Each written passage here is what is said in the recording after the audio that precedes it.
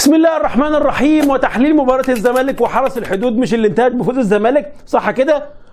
بعد مذاكرة المباراة وتحليل المباراة أقولها بصراحة، انقذوا الزمالك وأقيلوا بسيره. الوضع أصعب مما تتخيل، وهقول لك من وجهة نظري مواصفات المدرب اللي الزمالك محتاجها. فقبل أي حاجة اعمل لايك للفيديو واشترك في القناة، وكمان فعل علامة الجرس، وكالعادة نصلي على سيدنا محمد عليه افضل الصلاه والسلام، ودائما ودوما ان احنا ندعي لاخواتنا. اتمنى كل الناس معانا قبل ما تبدا كله يشجعنا ويعمل لايك الفيديو، ثم نشوف حاجه مهمه يا جماعه. في حد ادنى، في حاجات ممكن تقول 2-0، لا تعالى بقى اخدك في الحته الصغيره علشان مستقبل الزمالك الموسم الجاي. حرس الحدود محمد يوسف اعتمد على الطريقه زي ما انت شايف الاول كده، ايه، دفاع متقدم لقدام، بحيث بيلعب في مساحه مضيق الملعب قوي، بيلعب في مساحه صغيره بحيث يخلي المنطقه دي اللي الزمالك يبني ويحضر فيها بقت زحمه مش موجوده، فيصعب الوضع على الكفايه. زي ما انت شايف كده يطلع بالدفاع، يلعب حته يخلي المنطقه دي صعبه جدا. هنا وقتها الزمالك او اتخن فريق حتى عادي جدا يضطر يعمل ايه؟ ان يعتمد على فكره الكرات الطوليه في المساحات الموجوده خلف خط الدفاع. ده صح جدا على فكره، وعادي، ده طبيعي، بس مش اي حاجه. يعني مش اي حاجه كره طوليه، مش اي رميه، بالاخص لما اكون بلعب باثنين مهاجمين. يعني في هنا الجزيري وفي مصطفى شلبي، وانا بلعب باثنين مهاجمين طول الوقت في اي طريقه لعب. ليه؟ علشان في كل لقطه واحد هيخدم على الثاني، واحد هيسهل على الثاني، واحد يسحب مدافع والثاني يتحرك وراه، واحد ياخد عين المدافع، وده لازم يساعدوا بعض. لكن لو كانوا في ارض الملعب ان واحد بيروح هنا واحد بيروح هنا، لا كل عام وانتم بخير، لا ده الموضوع كده اصعب بكتير، يتحول بقى لايه؟ لكارثه كبيره جدا. لما تيجي من تحت تلعب كرات طوليه، تتحول انك بتلعب كوره طوليه للشخص ده، خلاص خد يا شلبي الكوره فاحدفها له هنا وارميه في صراع مع مدافع او اتنين، واجري وانت وحظك بقى، اجري تسبق بقى انت، هم يسبقوا عادي. وطبعا دي بتكون صعبه، غير لما يكون مثلا مصطفى شلبي سحب ده فالجزيري اتحرك هنا فلعب له كره طوليه فيروح في مساحه او اديه مساحه فاضيه. لا انا برمي كل واحد لعب مباشر صريح، ارمي الكوره وسط مدافعين واجري وانت ورزقك، وهذا يتعارض مع كل مبادئ التدريب. خدها معايا واحده واحده. ودي لقطه عندك زي ما شفنا، دي اللقطه اللي بعد يبدا بقى، دي مثلا لقطه وركز قوي معايا والنبي عشان في حاجات حلوه قوي. وانت راعد عبد الله السعيد، وادي الجزيري، وادي مصطفى شلبي. واضح مصطفى شلبي بدا يستعد الانطلاق لقدام هنا فيسحب الناس دي كلها معاه. تتوقع اللي يحصل؟ مفترض انا كمدرب بذاكر لعيبه اتنين مهاجمين، تعمل كذا تحرك كذا عشان تاكلوا المساحات يا اولاد ورا بعض، فيطلع كده في يوم الجزيري طلع قدامه. انت لو قربت الصوره شويه انت هتلاحظ ان مصطفى شلبي باصص كده والجزيري اصلا باصص كده، ده باصص كده وده باصص كده. وتكمل باللقطه اللي بعديها، مصطفى شلبي اتحرك لقدام وفتح الراجل ده معاه وفتح مساحه، والجزيري وفتوح اللي هو ايه الرجاله ماشيه في الاتجاه الثاني، اصلا محدش مع حد اصلا يا جماعه. فالفجوه اللي في الوسط دي اصلا هم مش شايفين بعض.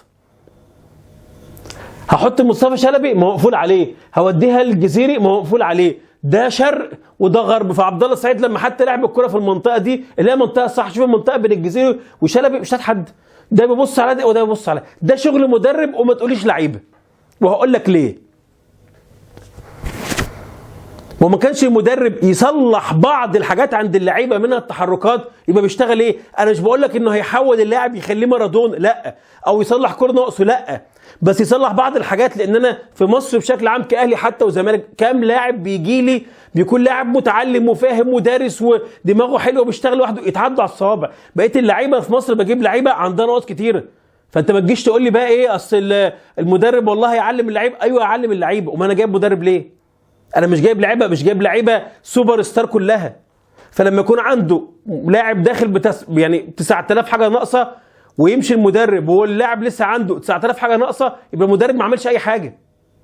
فهنا ما تقولش لعيبه في النقطه دي، ده مدرب بيشتغل ابسط شيء الربط بين اللعيبه والتحركات. لما انا بختار وفقا لطريقتي او دماغي انا العب باثنين مهاجمين، فانت بتتكلم هنا ده واحد بيتحرك هنا وده بيتحرك هنا، ده مستني الكوره وده مستني الكوره، فالموضوع هنا بيكون صعب جدا. كمان لقطه برضو نفس القصه، هنا عندك دفاع متقدم برضو مصطفى شلبي شايف بيستعد هيشرخ غربه لفوق، تتلعب الكوره مصطفى شلبي شرخ غربه اللي فوق وفضى مساحه هنا، الجزيري وفتوح اصلا مع بعض وهم مش شايفين بعض برضه.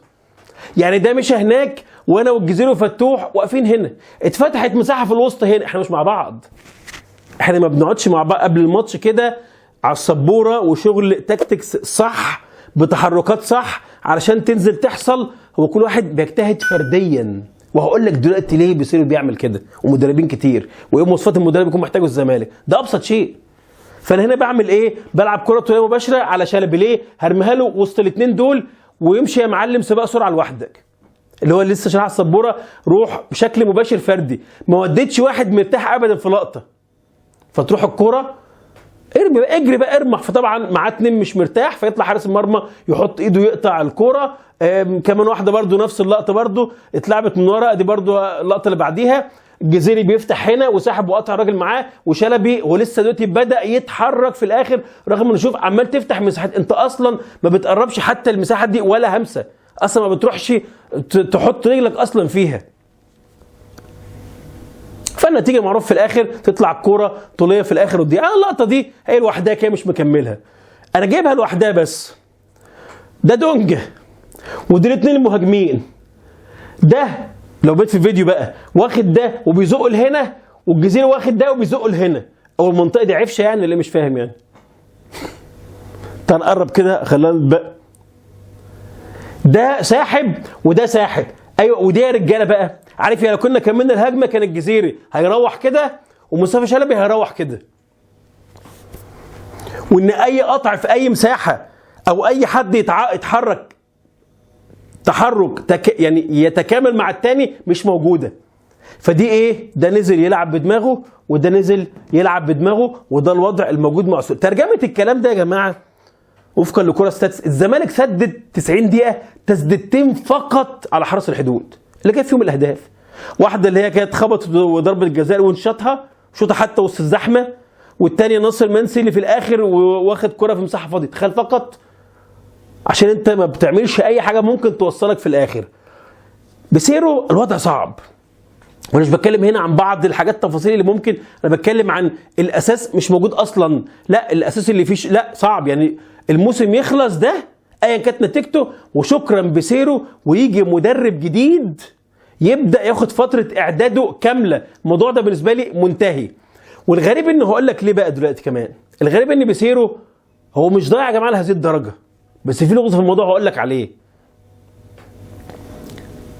ده راجل مش جاي من الشارع، ده راجل جاي من نهائي افريقيا، يعني مش هقدم لك كوره ممتعه بس عنده الحاجات الاساسيه دي موجوده عنده. بس تحس ان كل مدربين كتيره بيجوا الزمالك بلدي كده بيفنيخوا، ما بيحسش ان هو بيشتغل والسكينه على رقبته، وان اللعيبه هنا والاداره هنا وان النادي كله ماشي لازم بطوله وان الاصرار، وان ما بيحسش كده. فمدربين كتيره بيجوا رغبتهم بتقل لدرجه ان الشغل البسيط الاساسي ما بيعملهوش وبيفسوا دماغهم. وده تفسير الموقف بسيرو، لان بتتكرر مع كذا مدرب مش منطقي. وعشان كده مواصفاتي المدرب القادم للزمالك لازم يكون مدرب عنده استعداد انه عاوز يفرهد نفسه ويشتغل ويبذل مجهود زياده عن الطبيعي، لان انت بتدرب مجموعه لعيبه في الزمالك نواقصها كتيره. ما ينفعش اجيب مدرب بقاله 20 سنه بيدرب ودرب مش عارف ايه وبقاله 50 سنه وجاي فيجي بالوضع بتاع الزمالك اداريا وكلاعيبه وككل حاجه، ويلاقي ده ماشي وده هربان وده ما بياخدش فلوسه وده بيعترض وده ماشي من على الدكه بيعمل ايه؟ بيفنيخ هو كمان. فانت عاوز واحد صغير يشتغل 20 ساعه في اليوم، مش واحد موظف، واحد جاي عاوز يعمل حاجه لنفسه. فعارف ان الوضع ايه؟ لا ده عارف لما يقول لك انت جاي ايه، مدرس مثلا راح يذاكر لطالب، فلك الطالب ده ايه خيبان قوي بزياده ولعبي، فمش عاوز مدرس يديله الكلمتين يمشي، عاوز واحد ايه يقعد له قعده كبيره. مدرب زي بيسيرو والناس الكبيره والجروس والكلام مش هيعملوا الكلام ده. ده ربما جوميز يكون الافضل حالا شويه لانه كان اصغر وعنده طموحات اكتر. ده مواصفات المدرب ايا كان بينطبق على فايلر ينطبق على ديسابر، بس حد عاوز يجي عارف انه جاي يشتغل وعنده حل الفرهده واللف والدوران ويصحح لده ويصلح لده، لكن ما نزلش في ارض الملعب العب باثنين مهاجمين عشان ده يتحرك هنا وده يتحرك هنا. الموضوع الصراحه صعب جدا جدا جدا. اخر حاجه عمنا ناصر ماهر، انا بحب ناصر ماهر على فكره يعني، بس طبعا اعترض وتم ايقافه انه ما بيلعبش في مكانه. بس يا عم ناصر ماهر، انك تلعب في مكان غير مكانك ده مش معناه انك ما بتعرفش تبص الكوره. انت عندك مشكله يعني انك ما تعرفش تبص الكوره، انت حتى الباص غلط. وفكره ان انت المدرب شافك في منطقه معينه وافرض دماغه متربسه، تمشي معاه هتقول له ايه بالعافيه مش لاعب في المكان، هلعب على مزاجي حتى لو غلطان. قفلت معاه تعمل ايه؟ تلعب وتحاول الى حد ما انك مقصر في حاجات كتيره، فانت اعمل بس اللي عليك الاول اللي انت مش مقصر فيه وصلحها، لان الموضوع في الزمالك صعب. دي من الحاجات اللي تكون محتاجه وقفه كبيره. عارف زي ايه؟ واحد يخش اوضه لا 10 قاعدين، يقوم ماسك واحد منهم وعجنه ضرب، ظلمه بس ليه؟ عشان الباقي يتلموا. فالزمالك محتاج هذا الموضوع عشان الدنيا ما تفكش. واحد بيمشي، واحد بيماطل، واحد ما يجددش، واحد بيدلع، واحد مش عايز يقعد دكه. خد بالك بتبقى حاجات تراكمات. انت لما بتحس ان في حد هينزل على قفاك يرن رنه جامده بتلم نفسك بالبلدي من الاخر كده، بتعمل حساب. لما بتعمل حاجه كده اهو بعمل نصها هعمل ربعها، لك لما تحس الدنيا فكه شويه يعني ايه، كل واحد بقى حسب ما دماغه تطق معاه كده، ومش بقى تتفاجئ ان في لاعب بعد كده يهرب بقى وحاجات زي كده. فالزمالك محتاج هنا واقفه بالاخص في المنطقه دي. وناصر ماهر اعمل بس اللي عليك وباصي صح واشتغل صح، بعد كده نشوف قصه المدرب يلعبك فين او ما يلعبكش فين، دي قصه ممكن تتحل بعد كده، او اصلا بيصير غالبا ممكن ما يكملش يعني.